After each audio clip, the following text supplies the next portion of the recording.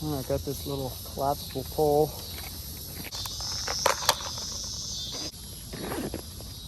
Ooh, just seen something jump right there.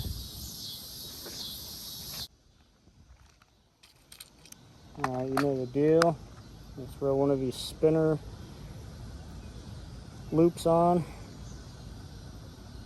My dad always taught me for these. I don't know if this is right or not, but this is what my dad always taught me.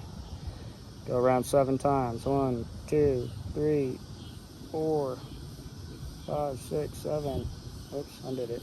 5, 6, 7, something like that. I ain't too worried about it. Then you just go back through that bottom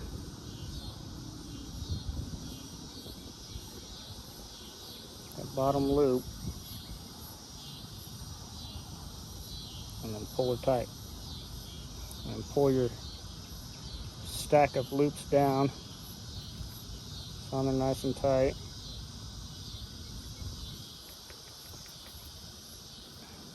And that should be good enough.